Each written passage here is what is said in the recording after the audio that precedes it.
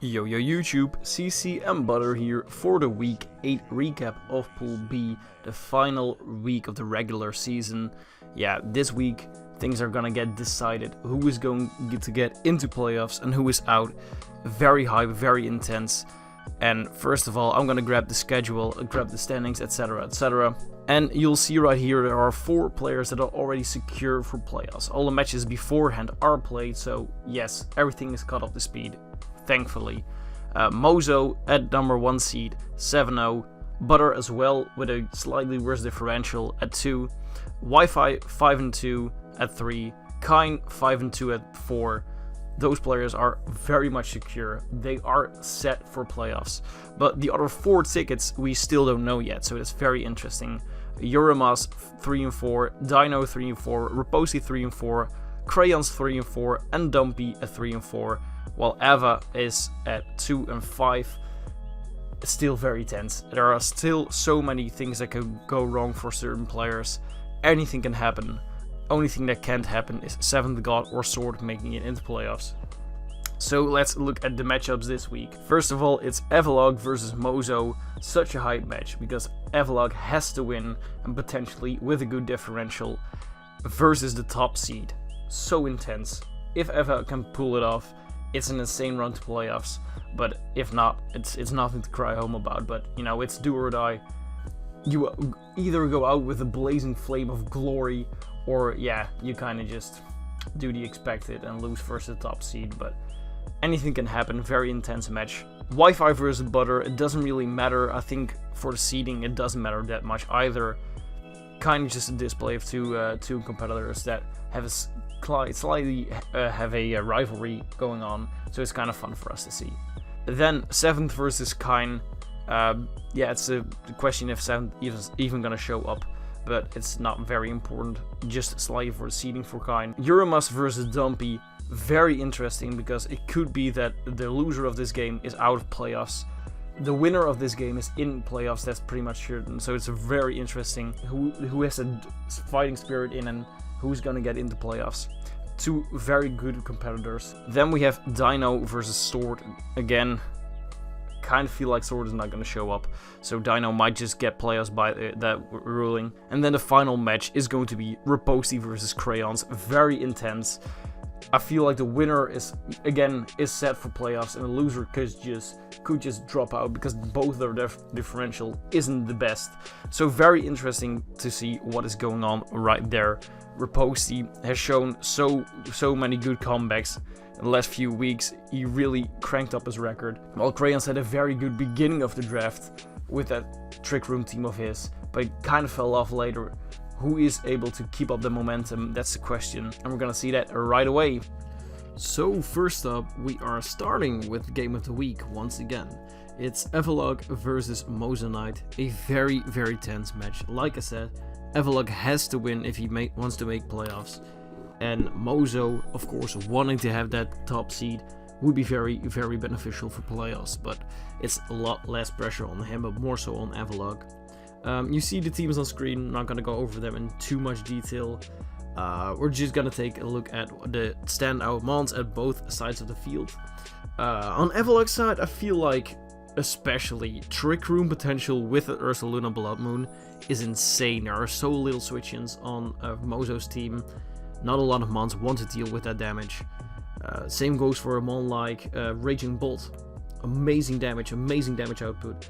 A few switch in, of course, the plentiful of grass types that Mozo has could be beneficial, but kind of still feel like it's very overwhelming.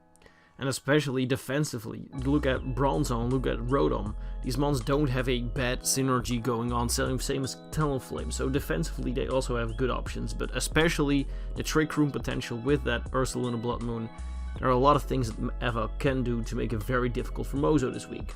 But from Mozo's perspective, of course, we have an offensive Dialga, which is just, the coverage of them on it's very useful this week. Same goes for something like Great Tusk, offensively is insane. But you know, sleeper mon though, Brute Bonnet, which has been doing very well in this league. There's only one mon that resists both stabs, and that's King Gambit, and even that can get close combat. So damn, it actually has a very good matchup. Same goes for something like a Chestnut. Chestnut I feel like has to come as a answer to King Gambit, otherwise it has to fall on Great Tusk, and that could overbear a little bit. So a very interesting matchup, not per se one big favorite, but yeah, just hop into the match right now. And at the battlefield we kind of see the mons that we thought we were gonna see, but of course we don't know how things are gonna unfold, and we are going to start off with a Black Sludge Trick Rotom. Rotom was a very interesting mon. I thought it was gonna be Scarf or something, but Black Sludge Trick is also very cool to whittle down that Shaman. Shaman of course has to switch out, not doing a lot of 2 Bronzong, and now we see the Trick Room coming out. Very interesting. Don't know how Dialga is going to respond with it, but it's going for a anti-Trick Room Trick Room. Very cool. That's a way to get rid of Trick Room, of course. Very interesting. Gravity as well. Don't know what Gravity is for just yet, but we will see that unfold in a little bit. Great Tusk, now you realize how good of offensive matchup Great Tusk has. Brew Bonnet, of course, being immune to Willow, switches in, and now in the Sunny, oh my god, Photosynthesis doing so much for this mom. 82% to the Sableye. Now Brew Bonnet can safely go for the incoming King Gambit. What a read as well. So Avalok is kind of in the corner after the good first game that he has, the good first part. Rotom is getting whittled down so easily by the Brew Bonnet. Brew Bonnet just doing major amount of damage. Now, what is the answer? And of course is Raging Bolt, because same goes for Raging Bolt. The Photosynthesis is going to just expedite so much. Holy crap, what amazing amount of damage from that Raging Bolt. The Draco is just enough to finish off that Shaman in combination with Black Sludge. Now Great Tusk wants to come in, wants to go for the spin, but does not get the opportunity to do so. Sableye probably gonna go for a Willow, but no revealing the recover, getting a little bit recovery in there. Brew Bonnet, of course we don't know if it has close combat just yet, but we could see it right here. No, we are going to see a crunch on that Raging Bolt. Raging Bolt, yeah, don't know what wants to switch into this. Critical hit finishes off the Patcharunt, and that's another victim for the Raging Bolt. Raging Bolt is just devastating in this matchup apparently. Dialga now grabbing a Gravity once again, and now you kind of start to realize that Gravity might have been for that support for the Great Tusk, just grounding the Rotom, grounding the Bronzong. Such a cool bring. Dialga of course killing one other mon, because Dialga is so good in this league. Eject Pack, switching it out, so Great Tusk now can headlong rush a Bronzong. Once again, what a good prep. I really didn't think about that, but that's such a valid play. That's a Draco killing Great Tusk, and now you realize that damn, there really isn't a Raging Bolt switch in. Raging Bolt, that unique typing, is proven to be very dangerous this game. Close combat into the chop hole King Gambit, but it doesn't matter. King Gambit dies because of the fact that, yeah, it switches in, so yeah. Raging Bolt, now being able to finish off the Moltres. Moltres wasn't even running heavy duty boots, don't know what set it actually was, but no boots apparently. Now Brew Bonnet. Dude, Brood Bonnet, you did so much to the match, but unfortunately you deserve a good rest right now. And that's now Dialga versus the rest of the world. Is this going to do enough damage to finish off the Raging Bolt? No, it is just chipping down that Raging Bolt slowly, of course, not having the coverage to do so. But Raging Bolt apparently does not have a Draco left in its arsenal, so it has to struggle to end off its own life. Damn, that's devastating. But this time, Ursaluna is just able to tank that hit. If it was a crit, it would have taken the hit, but now it is able to take the hit and kill Eva in response. Or Eva Dialga. Yeah, what a match. What a match. There were so many times in this match where I thought like, oh, don't know why, don't know what is going on. Especially in that endgame, because I for one thought, why not switch out Raging Bolt? But looking back at it, yeah.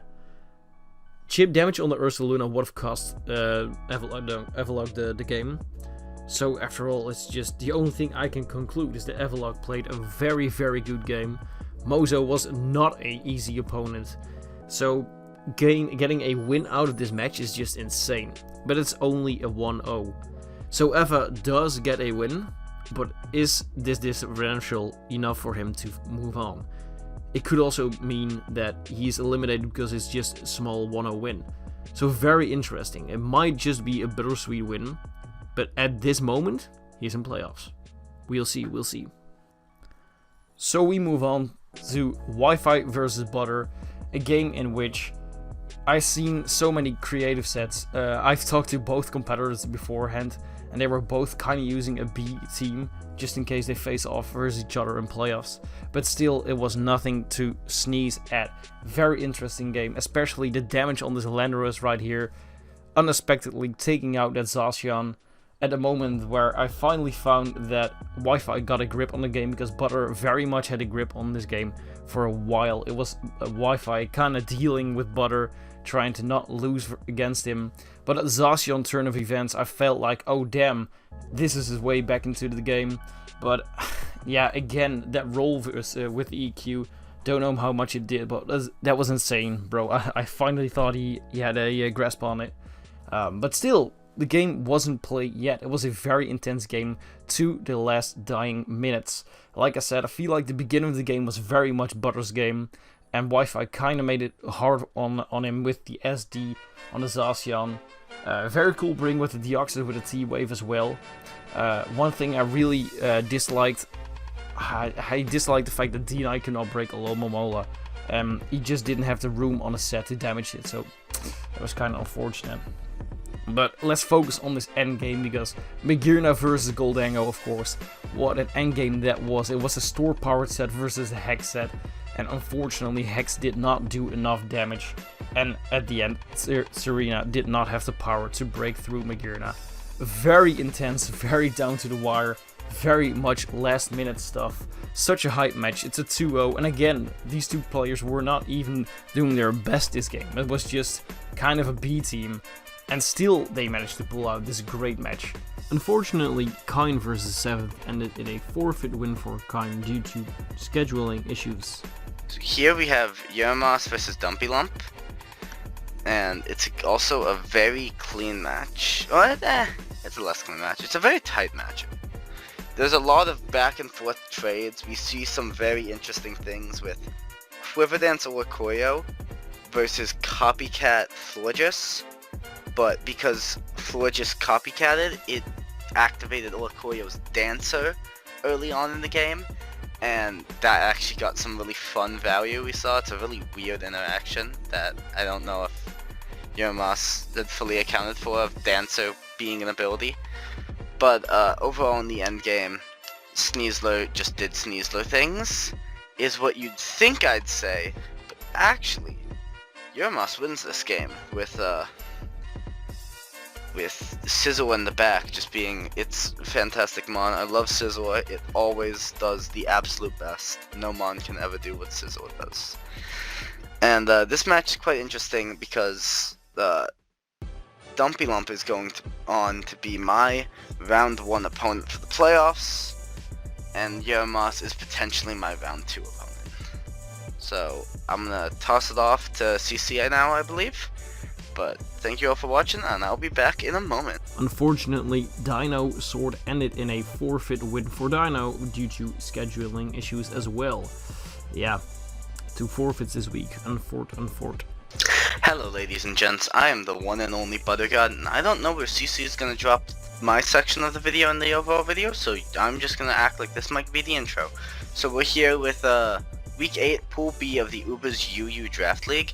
And some of them the first matchup we have is with Posty versus I Like Eating Crayons. And it's a really cool matchup, but the most impressive part for me is Avalug Hisui existing and absolutely dumpstering everything that remains on the side of Crayons. I guess he just wasn't prepared for an Avalug, though I don't think many people are.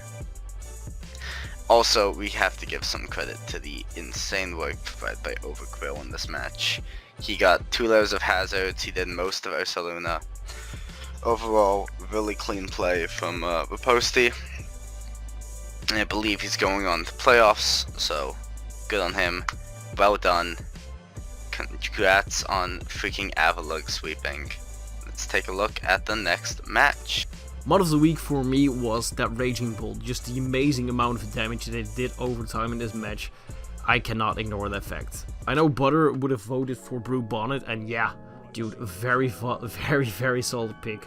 Because Brew Bonnet did amazing amounts of damage and just pressured the entire team. So, very cool pick from Butter as well. So now we are taking a look at the final standings of the season. This is how the season ends for Pool B, the regular season.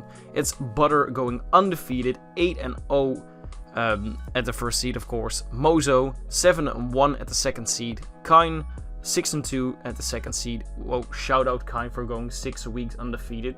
Damn, what a comeback. Wi-Fi going 5-3 and 4th place. Euromas, 5th place, 4-4.